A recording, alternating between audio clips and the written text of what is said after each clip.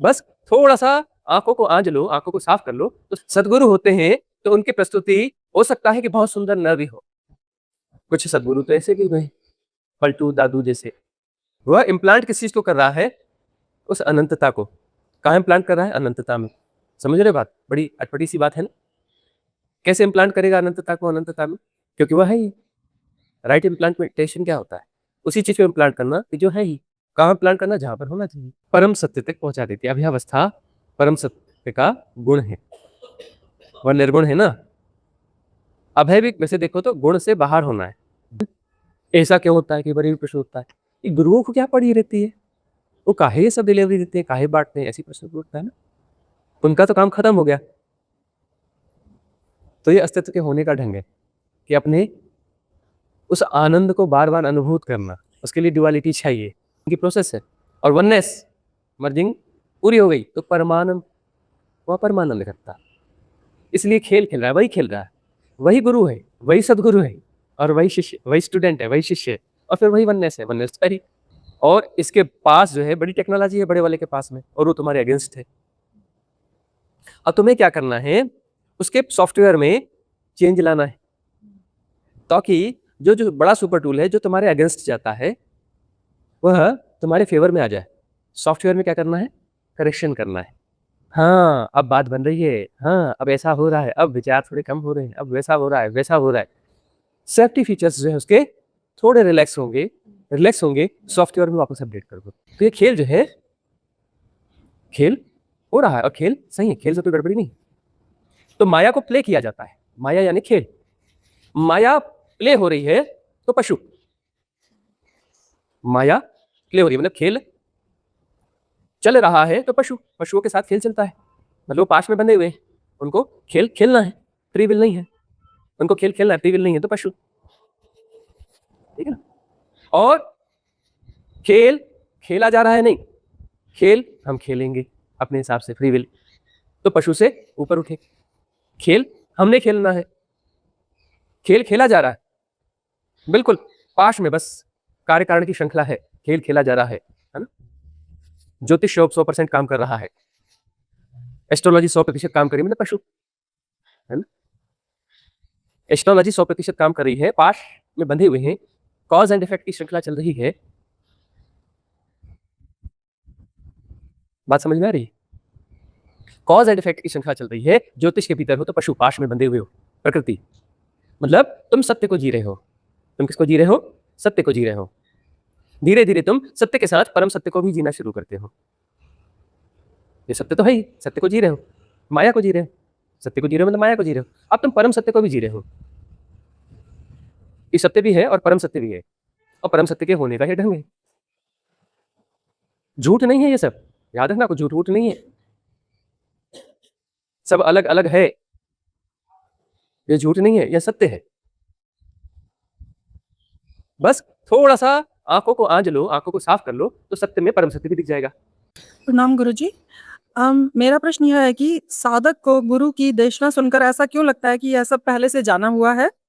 क्या यह अनुभव इस बात का प्रमाण है कि सच्चा ज्ञान पहले से ही हमारे भीतर स्थित है? और क्या गुरु वास्तव में नया ज्ञान देते हैं या केवल भीतर के ज्ञान को जागृत करते हैं? हाँ, प्रश्न गहरा है कि जब देशना दी जाती है किसी सदगुरु के द्वारा, तब हमारे भीतर यह लगता है कि यह हमारा जाना हुआ है। कथा प्रवचन भी होते हैं कई जगहों पर, उपनिषद की व्याख्याएं की जाती हैं। वह सुनने के बाद तुम अलग तरीके से प्रभावित होते हो। तुम्हें लगता है हाँ यह बात बड़ी गहरी है, हाँ यह ऐसा है, हाँ यह वैसा है ना। तुम्हारा प्रभाव ऐसा लगता है कि कहीं दूसरे ने कहा और तुम उससे प्रभावित हो रहे हो। कोई किताबें पढ़ते हो ऐसी, तो तुम जो है बहुत प्रभावित होते हो कि हाँ किसी ने कहा है और बहुत अच्छा कहा है। जब तुम सदगुरु के सम्मुख हो और आप तो वचन सुन रहे हो, हियर एंड नाउ, आप तो वचन सुन रहे हो, किसी सदगुरु की वाणी सुन रहे हो, तो तुम्हें लगेगा अरे यह तो मेरी ही वाणी है, अरे यह तो सब जाना हुआ है, अरे यह सब तो मेरे भीतर का ही है। किन्हीं तलों पे मैं इसे जी रहा हूं या जिया हुआ है, ऐसा लगेगा। क्योंकि आप्त वचन का अर्थ है कि वह डुअलिटी नहीं रहती। तुम उनके साथ जब सन्नद्ध होते हो तो समायोजित भी हो जाते हो उन क्षणों में। सत्संग का महत्व क्यों है, सानिध्य का, सद्गुरु का महत्व क्यों है? क्योंकि तुम चाहो न चाहो तुम्हारे भीतर का तल मर्ज हो जाता है, एक हो जाता है, दो नहीं रहते। ऊपर से सरफेस पर सबकॉन्शियस माइंड का प्रवाह चलता रहता है, उसकी एक्टिविटीज चलती रहती है, कहीं कुछ होता रहता है, लेकिन भीतर की गहरी तहों पर तुम आपस में जुड़ जाते हैं। वहां पर दो नहीं रहते, द्वैत नहीं रहता। इसलिए आप तो वचन ऐसे लगते हैं कि हमारे जाने हुए हैं, हमारे जिए हुए हैं, और तभी जो है वो तुम्हारे जीवन में क्रांति ला सकते हैं। नहीं तो उपनिषद तो मौजूद है ही, है ना। तुम जो है गूगल खोल लो या किताबें ले लो, है ना, वहां पर तो सब कुछ उपलब्ध है, बहुत कुछ उपलब्ध है। बहुत सुंदर तरीके से प्रस्तुतिकरण किया जाता है, बहुत सुंदर तरीके से प्रस्तुतिकरण किया जाता है। सदगुरु होते हैं तो उनकी प्रस्तुति हो सकता है कि बहुत सुंदर न भी हो। कुछ सदगुरु तो ऐसे भी हुए, पलटू दादू जैसे, है ना? तो उनकी प्रस्तुतियां ठेठ रही हैं, कबीर जैसे, नानक जैसे ठेठ प्रस्तुतियां रही है ना। ऐसा लगता है कि कोई गांव का गंवार व्यक्ति बोल रहा है लेकिन हृदय को छू रहा है ना। वहां भी रूपांतरण होते हैं। और इन्फ्लुएंसर्स बोलते हैं, बहुत सुंदर बोलते हैं, उनके मंच बड़े सुंदर होते हैं, है ना। उनके पूरे सिस्टम बहुत सुंदर होते हैं, प्रस्तुतिकरण बहुत सुंदर होता है ना। बहुत तामझाम होता है वहां पर, और एक से एक व्याख्या रहती हैं, धारा प्रवाह श्लोक होता है, न जाने कहां कहां से उद्धरण दिए जाते हैं, बहुत सुंदर तरीके से प्रस्तुतिकरण होता है। तुम उनसे प्रभावित होते हो, है ना। कोई दूसरा है और तुम दूसरे हो, और वह बात तुम्हें प्रभावित करती है, कोई दूसरी बात है ना। वो प्रभाव अलग तरीके का होता है, अलग तरीके का प्रभाव होता है। और आप तो वचन है, यानी सदगुरु के मुख से निकला हुआ है, प्रस्तुतिकरण कितना कैसा भी हो, साधारण भी हो चलेगा, है ना। स्टेज और व्यवस्थाएं साधारण हो चलेगा। बैठते हैं ना पेड़ के नीचे बैठ करके और साधारण तरीके से अपनी बात कहते हैं, ऐसे नानक कभी भी कहते रहे, कोई बड़े मंच या बड़ी व्यवस्थाओं की जरूरत नहीं भी रही। लेकिन उनकी बात सुन करके हमेशा यही लगता है, ये तो मेरे भीतर की बात है, क्योंकि तुम भीतर से जुड़ चुके होते हो, एक हो चुके हो, तो दूसरे की बात कहां से हुई? अरे दूसरे की बात है तो प्रभाव होगा, वह इन्फ्लुएंस का प्रभाव होगा, वो तुम्हें परिवर्तित कैसे करेगा, वह तुम्हें ऑपरेट करेगा, वह तुम्हें ऑपरेट करेगा, है ना। ये महान बात है, इसे सुनना चाहिए, इसे आचरण में लाना चाहिए, है ना। ये विचित्र किस्म की गतिविधि होगी कि अच्छी बातों को सुनना चाहिए, उसको आचरण में लाना चाहिए, पूरे द्वैत के खेल होंगे। सदगुरु के वचन हैं, वो तुम्हारे अपने हो जाते हैं, अपने हो जाते हैं, वह तुम्हारे जीवन का ढंग हो जाते हैं। वह तुम्हें बदलते नहीं, तुम बदल जाते हो। वह तुम्हें बदलते नहीं है, तुम बदल जाते हो, क्योंकि वो तुम्हारा हो जाता है। सदगुरु अपने आप को तुम्हें दे रहा होता है, आप तो वचनों के माध्यम से ही सही। वह कोई और कहीं के उद्देश्य नहीं दे रहा है, वो अपने आप को तुम्हें ट्रांसफर कर रहा है, इम्प्लांट कर रहा है। और किस जगह इम्प्लांट कर रहा है? जहां पर सब एक ही है, वहां पर द्वैत होता ही नहीं है। सदगुरु अपने आप को इम्प्लांट कर रहा है, मतलब वह तो है ही नहीं। गौर से देखोगे तो सीट खाली है, सीट खाली है, गौर से देखना, सीट खाली है, दिखता है कुछ लेकिन वह सीट खाली है। वह इम्प्लांट किस चीज को कर रहा है? उस अनंतता को। कहाँ इम्प्लांट कर रहा है? अनंतता में। समझ रहे बात? बड़ी अटपटी सी बात है ना। कैसे इम्प्लांट करेगा अनंतता को अनंतता में? क्योंकि वह है ही। राइट इम्प्लांटेशन क्या होता है? उसी चीज को इम्प्लांट करना कि जो है ही। कहाँ इम्प्लांट करना? जहां पर होना चाहिए। थोड़ा सा अटपटी बात लगेगी, वैज्ञानिक दृष्टि से उलझी उलझी बात लगेगी ना, संगत बात नहीं लगती ना, संगत बात है ही नहीं, लेकिन तब भी तुम्हारी बात हो जाती है।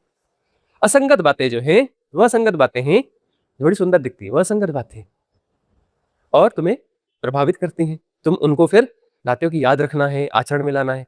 सदगुरु की बातों को आचरण में नहीं लाना है, वह तुम में घुल मिल जाती है, वह तुम्हारा होना हो जाती है।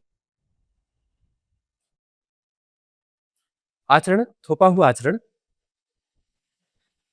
वह उधार होता है, वह तुम में बदलाव नहीं लाता, वह तुम्हें नचाता है, उसमें तुम फसावट महसूस करते हो।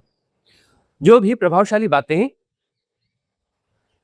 इंपैक्ट कर जाती हैं अपना प्रभाव छोड़ जाती है, वह तुम्हें नचाती है और उसमें तुम फंसा फंसा महसूस करते हो। बहुत गौर से देखना, फंसावटें हैं। और सदगुरु के आप्त वचन तुम में घुल मिल जाते हैं, तुम्हारे होने का ढंग हो जाते हैं। उसमें तुम ऐसा नहीं लगता कि किसी और का है, इसलिए तुम श्रद्धावनत होते हो। क्यों? क्योंकि उधार नहीं है, न करे तुम्हारे होने का ढंग हो गया वहां। उधार हुआ तो लेन देन चलेगा ना, उसने तुम्हें प्रभावित किया ना, वो तुम्हें ऑपरेट करेगा ना, उससे कुछ कर्मों की श्रृंखला पैदा होगी ना। सदगुरु के आप्त वचन तुम्हें घुल मिल जाएंगे, कोई लेन देन नहीं रहा, वो तुम्हारा हो गया, अब लौटाना किसको? अब कुछ लेन देन नहीं बचा हुआ। तुम्हें पता चलता है कि यहां लेन देन वाली बात है नहीं, कुछ लेन देन वाली बात नहीं है यार। तो श्रद्धा जो है वह भी वापस मर्जिंग की प्रोसेस है, वहां लेन देन नहीं होता, वह लेन देन नहीं है। श्रद्धा भी लेन देन नहीं, वह उस मर्जिंग को स्वीकार करना है। तो सदगुरु के जो होने का ढंग है वह देशनाओं में, आप्त वचन में, तुम्हारे भीतर, तुम्हारे होने के ढंग में समायोजित हो जाता है। श्रद्धा से तुम उस मर्जिंग को स्वीकार, परम स्वीकार के साथ लय कर लेते हो, एक हो जाते हैं, परिपूर्णता हो जाती है। बाद में कोई लेन देन नहीं बचता है, कोई भी लेन देन नहीं बचता है। जो दिया जाता है वो तत्क्षण तुम्हारा हो जाता है, वो तुम्हारे होने का ढंग हो जाता है और किसी मन के द्वारा नहीं होता। सदगुरु के आप्त वचन मन में भी, मन को भी कहीं पर प्रभावित करते होंगे, प्रभावित करेंगे, लेकिन वह भीतर प्रवेश कर जाते हैं। मन को चीरते हुए वो भीतर प्रवेश कर जाते हैं, तुम्हारा होना हो जाते हैं। तभी तो आप्त वचन है ना। आप्त वचन और इन्फ्लुएंसर्स के वचन में बहुत ज्यादा फर्क होता है, बहुत फर्क होता है। और यह मर्जिंग की प्रोसेस है। आप्त वचन जो है मर्जिंग की प्रोसेस है, डुअलिटी को मिटाने की प्रोसेस है। सारी साधना यही है। तो आप्त वचन को सुनना साधना है, आप्त वचन को सुनना साधना है, क्योंकि मर्जिंग की प्रोसेस है। तुम्हें लगता है तुम सदगुरु में मर्ज हो रहे हो, यह मन को लगता है, लेकिन भीतर के तल पे जाना जा रहा है कि तो अस्तित्व में मिलन है, ये सदगुरु तो है ही, खाली सीट है, वह द्वार है उस अनंत का, असीम का। मर्जिंग वहीं हो रही है, डुअलिटी मिल रही है। और सारी देशना भी तो वही है ना, अनंत, असीम, निर्गुण, निराकार की देशना है, वही देशना है और वही घट रहा है। तो यहाँ कुछ घट रहा है, हियर एंड नाउ घट रहा है। ऐसा नहीं कि अब सुना जाएगा, समझा जाएगा, भविष्य में कभी आचरण में लाया जाएगा। कोई भविष्य की घटना नहीं है, यह टाइम गैप नहीं होता। यह देशना प्रकट होते ही तुम्हारी हो जाती, तुम हो जाते हो, मर्ज हो जाती, एक ही बात है। आप्त वचन तुम्हारे भीतर के परम तत्व के साथ जोड़ देते हैं। गुरु तत्व और तुम्हारे भीतर का तत्व एक ही है, तब यह किसी गहरे तल पे पता चलता है, अलग अलग नहीं है, एक ही है। इसीलिए वह उधार जैसा नहीं लगता। कैसा लगता है? हाँ, ये तो मेरी ही बात है, एक दूसरा कोई है कहाँ, या मेरा तेरा कहाँ पर है। आप तो वचन निकलते ही तुम्हारे हो जाते हैं। हालांकि मन कहेगा कि यह बात तो मैंने पहले कहीं सुनी पढ़ी है ना। मन इस तरीके से भी कहेगा कि यह बात जो है मैंने पहले कहीं सुनी पढ़ी हुई है। ऐसे तो ढूंढोगे तो सब जगह मिलेगा, अब तो गूगल है, सब कुछ ही मिल जाएगा, है ना।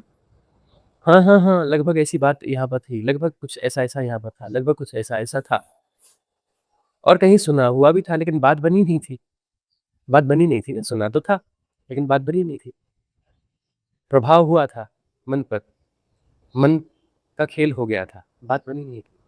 अब मन को चीर कर उन गहरे तलों पे बात पहुंच गई और तुम्हारे होने का ढंग हो गई। यह फर्क होता है। अगला प्रश्न किसका है? गुरुजी प्रणाम। आपके साथ ऐसा लगता है जैसे कोई डिस्टेंस नहीं है, तो ऐसे सेंटर भी नहीं लगता है, और फिर जो भी हो रहा होता है हमारे बॉडी के तल पे, जैसे एक बोलने वाला है, एक सुनने वाला है, और वो परम तत्व उतर रहा है उस कारण। तो मतलब आपके सानिध्य में रहते हैं तो ये धीरे-धीरे जो अवेयरनेस है, वननेस वाली, मर्जिंग वाली, वो बढ़ती रहती है। तो क्या गुरु का इम्पोर्टेंस इसलिए भी होता है कि इस प्रोसेस में हमारी जो विज्ञान वाली, जो जजमेंट वाली जो प्रक्रिया है, वो धीरे-धीरे कम होती रहती है, फिर उसमें हम अपने आप को भी कम जज करते हैं और दूसरे वालों को भी कम जज करते हैं। एज़ इन जो हमारी जजमेंट वाली प्रक्रिया है कि हम उसके एक्शंस, कितना स्मार्ट है, कितना इंटेलिजेंट है, या कैसे बिहेव कर रहा है, मतलब एक उसकी बॉडी लैंग्वेज, उसको देख के जज करते हैं। तो वो धीरे-धीरे गुरुजी आपके साथ मर्जिंग होने के प्रोसेस में वो बाकियों के साथ भी कम होने लग जाती है ना? पहली बात यह है कि इस सृष्टि में जो वैविध्य है, इस वैविध्य में सब अलग-अलग प्रकृति के लोग हैं। अलग-अलग प्रकृति के लोग हैं, अर्थात हम अलग प्रकृति के हैं। वही अलग-अलग प्रकृति के लोग भास रहे हैं। क्यों भास रहे हैं? क्योंकि हम अलग प्रकृति के। हम कह रहे हैं कि सब अलग-अलग प्रकृति के लोग हैं, तो अगला कह रहा है कि ये सब अलग-अलग प्रकृति के लोग हैं। जब वो कह रहा है तो उसमें हमको भी काउंट कर रहा है ना? सब अलग-अलग प्रकृति के लोग हैं, मतलब हम भी अलग प्रकृति के हैं। 50 के प्रति हम बोल रहे हैं, लेकिन 51 अलग प्रकृति के लोग हैं। ठीक है ना? तो अब ये जो है, इनके बीच में संघर्षण होगा, क्योंकि अलग-अलग प्रकृति के लोग हैं। इसमें क्या होगा? संघर्षण होगा। ये संघर्षण क्या है? ये संघर्षण प्रकृति है। अलग-अलग होना प्रकृति है, और इनके बीच का संघर्षण जो है वह प्रकृति है। ये संघर्षण प्रकृति है, और ये प्रकृति का खेल चलता रहता है। तो अलग-अलग होना, यह इसको जब जीते हैं तो माया को जी रहे होते हैं। और प्राकृतिक तल पर ऐसा है कि अलग-अलग हैं तभी खेल चलता है। अलग-अलग हैं तभी खेल चलता है। गहन तल पर ऐसा है कि अलग-अलग नहीं है, एक ही है। ये गहन तल की बात है, लेकिन प्राकृतिक तल पर ऐसा है, अलग-अलग हैं, और यह अपने तल का सत्य है। मेल फीमेल अलग-अलग हैं, पेड़ अलग-अलग हैं, जीव जंतु अलग-अलग हैं, पत्थर अलग-अलग हैं, धातुएं अलग-अलग हैं, है ना? अलग-अलग हैं। अपने तल पे ये सत्य है, इस तल पे सत्य है, तभी खेल चल रहा है ना? खेल चलेगा कैसे? किसी तल पर ये सत्य होना चाहिए, तभी तो खेल चलेगा ना। परम सत्य अलग चीज है और यह सत्य अलग चीज है। यह भी सत्य है, याद रखना। परम सत्य यह है कि दूसरा कोई है ही नहीं, टूटा कभी है ही नहीं, जोड़ने की बात ही गलत है ना? वही है, लेकिन वह परम सत्य है, सत्य नहीं है। सत्य यह है कि सब अलग अलग है। यह सत्य है, ये झूठ नहीं है। ये झूठ नहीं है, पहली बात समझना, झूठ नहीं है, ये सत्य है। परम सत्य नहीं है, ठीक है, लेकिन सत्य है, अलग अलग है।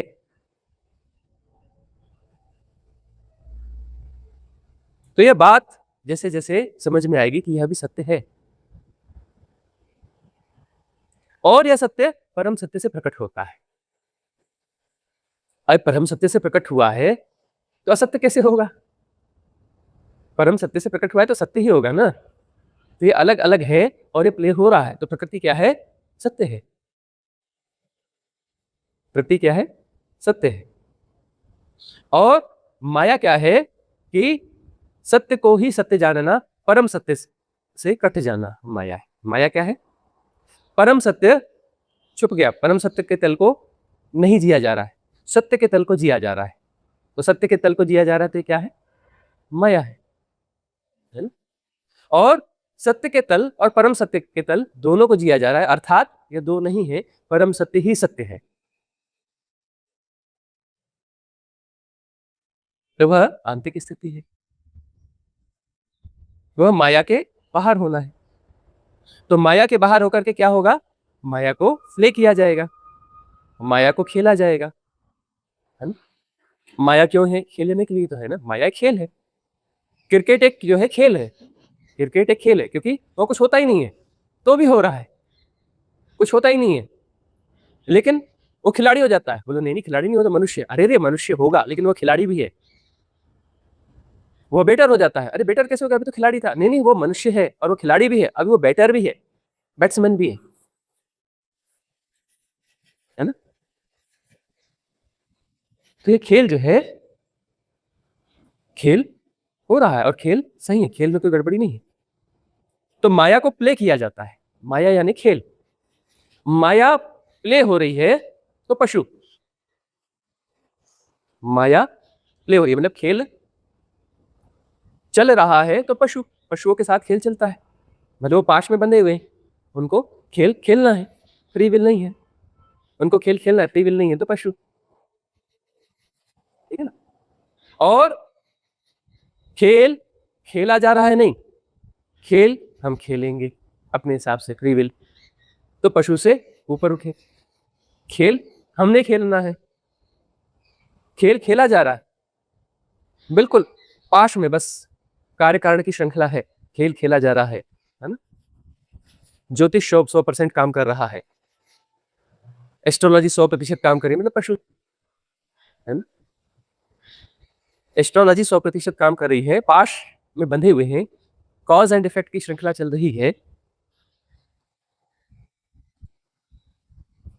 बात समझ में आ रही है? कॉज एंड इफेक्ट की श्रृंखला चल रही है, ज्योतिष के भीतर हो तो पशु पाश में बंधे हुए हो, प्रकृति। मतलब तुम सत्य को जी रहे हो, तुम किसको जी रहे हो, सत्य को जी रहे हो। धीरे धीरे तुम सत्य के साथ परम सत्य को भी जीना शुरू करते हो। ये सत्य तो है ही, सत्य को जी रहे हो, माया को जी रहे हो, सत्य को जी रहे हो मतलब माया को जी रहे हो। अब तुम परम सत्य को भी जी रहे हो, ये सत्य भी है और परम सत्य भी है, और परम सत्य के होने का ये ढंग है। झूठ नहीं है ये सब, याद रखना, कुछ झूठ वूठ नहीं है, सब अलग अलग है, ये झूठ नहीं है, यह सत्य है। बस थोड़ा सा आंखों को आंज लो, आंखों को साफ कर लो, तो सत्य में परम सत्य भी दिख जाएगा, है ना। परम सत्य सत्य के बाहर जाके दिखेगा, कैसे दिखेगा? अरे सत्य दरवाजा है, वहीं के परम सत्य दिखेगा। सत्य से ही तो परम सत्य मिलेगा ना, झूठ से कैसे परम सत्य मिल जाएगा? झूठ से परम सत्य मिल जाएगा? अरे सत्य से परम सत्य मिलेगा। सत्य मतलब ठीक है, प्रकृति परमात्मा का सौम्यतम द्वार है, क्योंकि प्रकृति सत्य है, तभी तो अपना परमात्मा तक ले जाएगी ना। परम सत्य परमात्मा ने परम सत्य, परम सत्य तक प्रकृति क्यों ले जाती है? क्योंकि प्रकृति सत्य है, इसलिए तो ले जाती है ना। अब जो है सिर्फ सत्य ही सत्य है तो माया है, और सत्य के साथ परम सत्य जुड़ने लगा तो माया विसर्जित हो जाएगी, है ना। फिर माया को जब तुम्हारी मर्जी, तुम्हें बोले जी नहीं जी तुम तो क्रिकेट बस खेलते ही रहो, खेलते ही रहो, खेलते रहो, सुबह शाम दोपहर रात, सुबह शाम दोपहर रात, आज कल परसों क्रिकेट खेलते रहो, खेलते रहो, खेलते रहो। तुम कौन हो? पशु हो। तुम कहते हो हाँ क्रिकेट खेलूंगा, आज मन नहीं है, कल खेलूंगा, सिर्फ इतने घंटे हैं मेरे पास, उतने घंटे आऊंगा, बात खत्म, बस कल आऊंगा ना, फिर उसके बाद जब फुर्सत होगी तब देखेंगे, अभी उसका प्लान नहीं किया है, कल कब कर लेते हैं। तुम पशु नहीं हो, तुम्हारे पास फ्री विल है। पक्षियों के पास, जीव जंतु के पास फ्री विल नहीं है। तुमको खेलना है मतलब खेलना ही है, खेल चलता ही रहेगा, ठीक है। तुम खेल में पॉज ले सकते हो, खेल में पॉज ले सकते हो, यदि परम सत्य से जुड़ रहे हो तो तुम्हें पता चलता है मैं पॉज ले सकता हूं। पॉज ले सकता हूं मतलब अमनी दशा में जा सकता हूं, ग्लिम्स आएगी। क्या ग्लिम्स आएगी? सब हो रहा है और जानना उसमें समाहित है, नहीं तो क्या, जहां जो देख रहा हूं बस वह हो रहा है ना। ससीम में अटके रहोगे, माया में क्या है, ससीम में अटके रहोगे, सब हो रहा है नहीं, वहां सब नहीं हो रहा है। जो इफेक्ट डाल रहा है वो इफेक्ट बस वही हो रहा है जो मुझे इफेक्ट डाल रहा है। कौन इफेक्ट डाल रहा है? यह कितने कारक मुझे इफेक्ट डाल रहे हैं। बस उतने का ही कैलकुलेशन है, उतने का ही गुणा गणित है। और फिर एक तल है कि सब हो रहा है, उसमें यह भी हो रहा है, सब हो रहा है में यह भी हो रहा है, यह भी हो रहा है, यह भी हो रहा है, यह भी हो रहा है, सब हो रहा है, अपने से हो रहा है, और वही हो रहा है, वही हो रहा है, परम सत्य की ओर बढ़ रहे हैं। तो परम सत्य की ओर बढ़ोगी, ये सारे जो प्रश्न उठ रहे हैं ना, ये अनफोल्ड होते चले जाएंगे। गुरु की ओर बढ़ रहे हो, दीक्षा है, माया है, गुरु की ओर बढ़ रहे हो, माया विसर्जित हो रही है, गुरु के साथ मर्ज हो गए, परम सत्य हो गया। गुरु के साथ मर्ज हो गए का क्या अर्थ है? वही है, गुरु तो है ही नहीं ना, दिखता है नहीं ना। उस परम तत्व के साथ मर्जिंग की प्रोसेस है।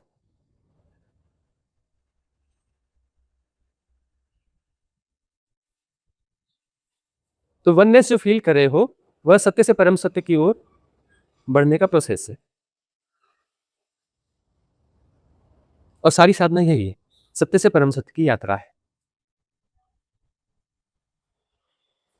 अब जो है,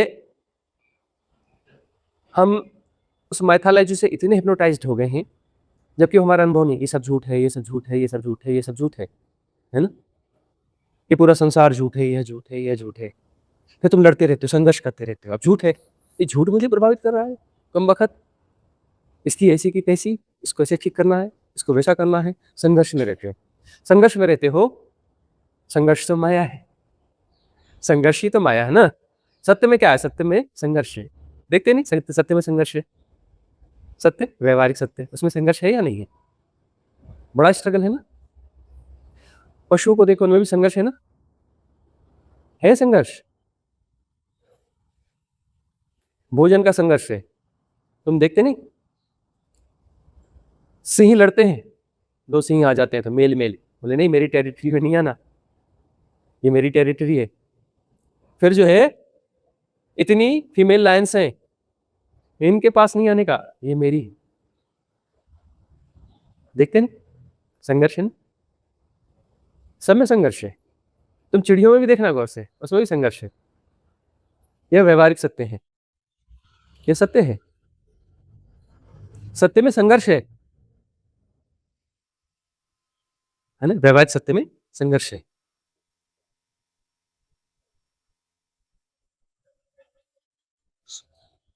अब तुम जो है इस संघर्ष को बढ़ा देते हो कि यह झूठ है, यह झूठ है, यह झूठ है, यह झूठ है। तुम उन संघर्षों को और बढ़ाते हो। तुम इन्हें स्वीकार करो कि ऐसा है, व्यवहारिक सत्य ऐसा होता है, उसमें ऐसा ऐसा होता है, तो वह द्वार बनेगा परम सत्य का। सत्य से तुम परम सत्य की ओर जाओगे। तो परम सत्य की ओर जब जाओगे तो तुम्हें लगेगा अरे इस संघर्ष के बगैर भी चल सकता है, इस संघर्ष के बगैर चल सकता है, इस संघर्ष के बगैर चल सकता है। तुम राजी होते हो कि इतने संघर्षों की जरूरत नहीं है, तो उन संघर्षों को कम कम कम, लेस लेस लेस करते चलते। संघर्ष तुम्हारे लेस लेस लेस होते तो भय कम होते जाता है, भय कम होते जाता है, कम होते जाता है, कम होते जाता है। जितना भय कम होता है उतना तुम्हारा विस्तार होता है, परम सत्य प्रकट होता है। अभयावस्था परम सत्य तक पहुंचा देती है। अभयावस्था परम सत्य का गुण है, वह निर्गुण है ना। अभय भी वैसे देखो तो गुण से बाहर होना है, भय गुण है, अभयावस्था निर्गुण है। गौर से देखोगे तो अभयावस्था क्या है? निर्गुण है और गुण नहीं है। भय गुण है, अभयावस्था गुण थोड़े ना, वह निर्गुण है। तो भय का विसर्जन फैलना है, अभयावस्था परिपूर्ण रूप से फैल गए, परम सत्य। लोभ गुण है, विकार कहो कुछ कहो, लेकिन वो गुण है। दान जो है फैलना है, दान का अर्थ होता है लोभ जो है घट रहा है, less less less less less. क्योंकि जब भी तुम दान देते हो तो अपेक्षा रखते हो इससे मुझे परलोक में साधना में लाभ मिलेगा। लोभ जो है थोड़ा गुण से सद्गुण की ओर बढ़ता है ना। सद्गुण का मतलब होता है गुण की सघनता का कम होना, गुण की सघनता का कम होना। अब वह सद्गुण का मतलब कम गुण रह गया, कम गुण रह गया, कम गुण रह गया। एक स्थिति आएगी कि तुम इतने फैल जाओगे कि वह न गुण रहेगा न सद्गुण रहेगा, परमात्मा हो जाएगा। सद्गुण का भी क्या अर्थ होता है? थोड़ा लेस हो गया है, और लेस हो गया, विस्तार हो गया, विस्तार हो गया, विस्तार हो गया, है ना। न गुण रहेगा न सद्गुण रहेगा, तो वह परमात्मा हो जाएगा। जो गुण है, गुण सद्गुण होते हैं, फिर सद्गुण भी विड्रॉ हो जाते हैं, तो परमात्मा हो जाता है, क्योंकि निर्गुण होता है। गुण से सद्गुण होता है, सद्गुण से निर्गुण होता है, यही यात्रा होती है। सद्गुण भी बीच की स्थिति है, परम स्थिति थोड़ी ना, निर्गुण परम स्थिति है। तो गुणों को, गुण यदि सद्गुण बन रहे हैं मतलब तुम फैल रहे हो, विस्तार हो रहा है, तुम्हारी सघनता विरलता में जा रही है, आकाश तत्व बढ़ रहा है, और किसी एक स्थिति में सद्गुण भी विसर्जित हो जाते हैं, निर्गुण हो जाता है। निर्गुण होता है तो वही है, निर्गुण तो दो नहीं हो सकते ना, गुण बहुत सारे हो सकते हैं, सद्गुण बहुत सारे हो सकते हैं, निर्गुण बहुत सारे हो सकते हैं। क्या निर्गुण में द्वैत हो सकता है? क्या गुणों में द्वैत है, सद्गुणों में भी द्वैत है, वह गुण ही है, सद्गुण भी गुण ही है, लेकिन अब फैल गए, टेरिटरी बड़ी हो गई, टेरिटरी बड़ी हो गई, अंततः निर्गुण। और निर्गुण दो नहीं हो सकते, ठीक है ना। तो वननेस का मतलब होता है तुम निर्गुण हो रहे हैं। गुरु, सदगुरु, ये कहाँ का सदगुरु? वननेस, है ना। पहले तुम गुरु को देखते हो, प्रभावित होते हो, फिर सदगुरु दिखता है, तुम फैल जाते हो, उनकी देशनाओं को अपने भीतर समायोजित करने लगते हो। फिर जो है, न तुम रहे न सदगुरु रहे, वननेस, मर्ज हो गए। तुम नहीं रहे तो सदगुरु कहाँ से रहेगा? तुम जब तक बाकी हो तब तक सदगुरु बाकी है। मतलब सदगुरु है मतलब तुम भी हो ना, सदगुरु है का मतलब तुम भी हो। मर्ज हो गए, न दीक्षा बची न सदगुरु बचे, दोनों गायब, है ना। सदगुरु भी नहीं रहेगा। तो बीच की अवस्थाएं, और सारी देशना इसी की देशना है, तुम्हें विस्तार देते देते देते देते डूब देना, मर्ज कर देना, ठीक है ना। ऐसा क्यों होता है? कि बड़ी प्रश्न होता है कि गुरुओं को क्या पड़ी रहती है, वो काहे ये सब डिलीवरी देते हैं, काहे बांटते हैं, ऐसी प्रश्न उठता है ना। उनका तो काम खत्म हो गया। तो ये अस्तित्व के होने का ढंग है कि अपने उस आनंद को बार बार अनुभूत करना, उसके लिए ड्युअलिटी चाहिए, तो उसका प्ले चलता है, उसका प्ले चलता है, क्योंकि वो तो वही है ना, वही है ना। उसका यह प्ले चल रहा होता है कि वह देशना एक तरफ से दी जा रही है ना। गुरु घटता है, पहले गुरु घटता है, गुरु घटता है तो उसके साथ में क्या घटता है? वैसे एक्चुअली इसको, गुरु को शब्द को जो है ना एज ए टीचर लेना चाहिए। गुरु घटता है तो क्या घटता है? टीचर घटता है तो क्या घटता है? स्टूडेंट घटता है ना। फिर सदगुरु घटता है तो सदगुरु के साथ क्या घटता है? शिष्य घटता है ना। सबके लिए सदगुरु थोड़ी ना है, किसी के लिए गुरु है, किसी के लिए सदगुरु है, सबके लिए सदगुरु थोड़े ना होते हैं। वही वही वही देख रहे हो, बहुत सारे लोग बैठे हैं, किसी के लिए गुरु है, किसी के लिए सदगुरु है, सबके लिए सदगुरु थोड़े ना होते हैं, सबके लिए सदगुरु थोड़े ना होते हैं। किसी के लिए गुरु है, वह स्टूडेंट है, किसके लिए सदगुरु है क्योंकि वह शिष्य हुआ, उसके भीतर शिष्य तो घटेगा तभी तो सदगुरु घटेगा ना। वो इंडिविजुअल घटना है, सामूहिक घटना थोड़ी ना है। सदगुरु की सामूहिक घटना होती है, ये दो के बीच का लेन देन होता है। गुरु और स्टूडेंट में से दो के बीच का लेन देन है। गुरु के साथ स्टूडेंट होता है, शिष्य नहीं होता। कुछ घटा, फिर एक महान घटना घटती है, सदगुरु और शिष्य, ये महान घटना है ना। फिर दोनों मिलते हैं और मर्ज हो जाते हैं, समायोजित हो जाते हैं, न गुरु न शिष्य, वननेस, वही तत्वमसि। ये 3 स्टेजेस होती, और वह खेल इसी के लिए खेल रहा है। उस वननेस में परमानंद घटता है। परमानंद कब मिलेगा? वननेस में ही तो मिलेगा ना। तो जब भी कोई डुअलिटी मर्ज होगी तो मर्ज होने में आनंद घटता है, फैल रहे हो, आनंद आनंद आनंद, है ना। मर्जिंग की प्रोसेस है, और वननेस मर्जिंग पूरी हो गई तो परमानंद, वह परमानंद घटता है। इसलिए खेल खेल रहा है, वही खेल रहा है, वही गुरु है, वही सदगुरु है, और वही शिष्य, वही स्टूडेंट है, वही शिष्य है, और फिर वही वननेस है। वननेस वही है, उसी का खेल है। उसी का खेल है। तो सृष्टि क्या है? सत्य है। सृष्टि क्या है? सत्य है। सृष्टि क्या है? द्वार है। सृष्टि क्या है? द्वार है परम सत्य का। प्रकृति परमात्मा का सौम्यतम द्वार है ना? प्रकृति की देशना सदगुरु की देशना में होती ही है ना? प्रकृति और सदगुरु का जोड़ जो है यात्रा को सुरम्य और आनंदमय बना देता है ना? मर्जिंग के प्रोसेस को आनंदमय बना देता है। इसलिए रिट्रीट से तुम्हें कहाँ बुलाया जाता है? खूबसूरत जगहों में बुलाया जाता है, क्योंकि यह यात्रा रुखी सुखी न रहे, सहज योग है। हम तुम्हें आमंत्रण किस बात का दे रहे हैं? सहज योग का। मतलब यात्रा आरंभ से अंत तक आनंद की यात्रा है, और आनंद बढ़ता हुआ आनंद, परमानंद की ओर बढ़ता हुआ आनंद। तो प्रकृति के बीच में ही बुलाएंगे, खूबसूरत जगहों में बुलाएंगे, नदी, पहाड़, झरना, पेड़ पौधे, हरियाली, पक्षी, तितली, इन सब के साथ में संयोग बनेगा। और सारी ये प्रोसेस वननेस की है। कोई प्रतिप्रश्न है इसमें? जी, आपने संघर्ष की बात की थी ना, तो एक ऑब्जर्वेशन है, जब हम साधना अपनी और बाकी सबकी, जब हम साधना के मार्ग पर होते हैं तो एक साधक अपनी प्रोग्रेस देखता है, माइंड उसका जो है उसकी प्रोग्रेस देखता है कि अभी मेरी साधना इतनी हुई है, या फिर मैं पहले ऐसा था, अब मेरे विचार ऐसे कहने को आता है कि अभी मेरे विचार बहुत कम हो गए हैं, मैं ऐसी हो गई हूँ, मेरी इतनी प्रोग्रेस हो गई है।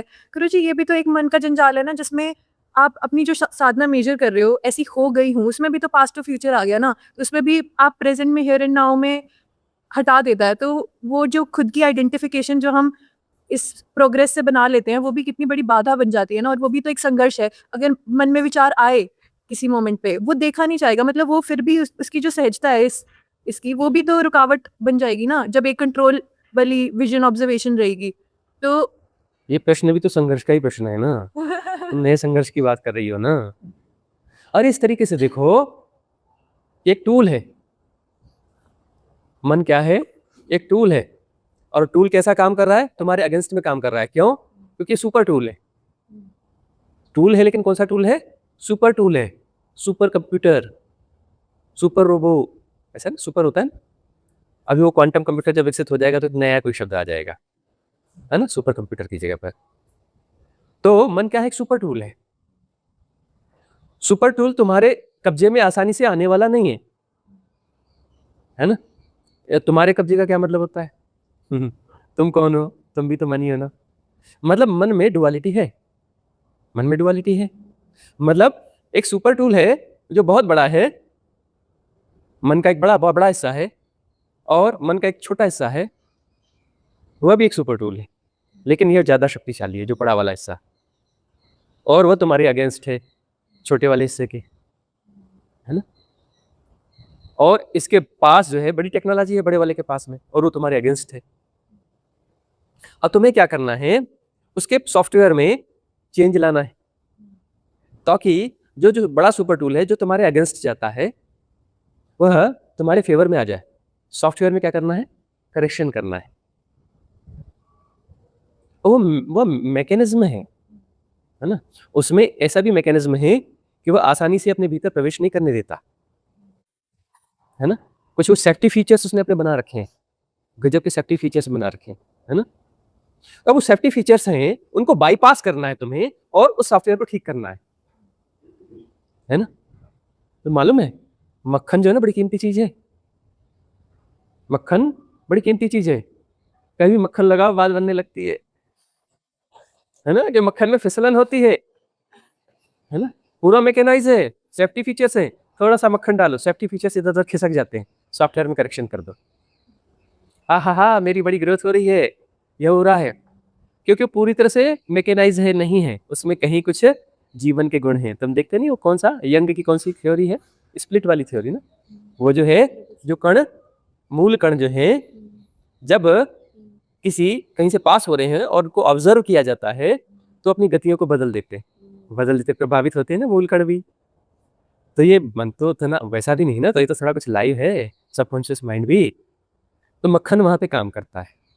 तो मक्खन की आलोचना मत करो, ठीक है वीगन हो, लेकिन मक्खन भी अलग अलग किस्म के होते हैं, मक्खन का प्रयोग करते रहना चाहिए। वो सेफ्टी फीचर्स है ना, इस सेफ्टी फीचर्स की हैकिंग टेक्नोलॉजी। हाँ, अब बात बन रही है, हाँ अब ऐसा हो रहा है, अब विचार थोड़े कम हो रहे हैं, अब वैसा हो रहा है, वैसा हो रहा है। सेफ्टी फीचर्स जो है उसके थोड़े रिलैक्स होंगे, सॉफ्टवेयर में वापस अपडेट कर दो।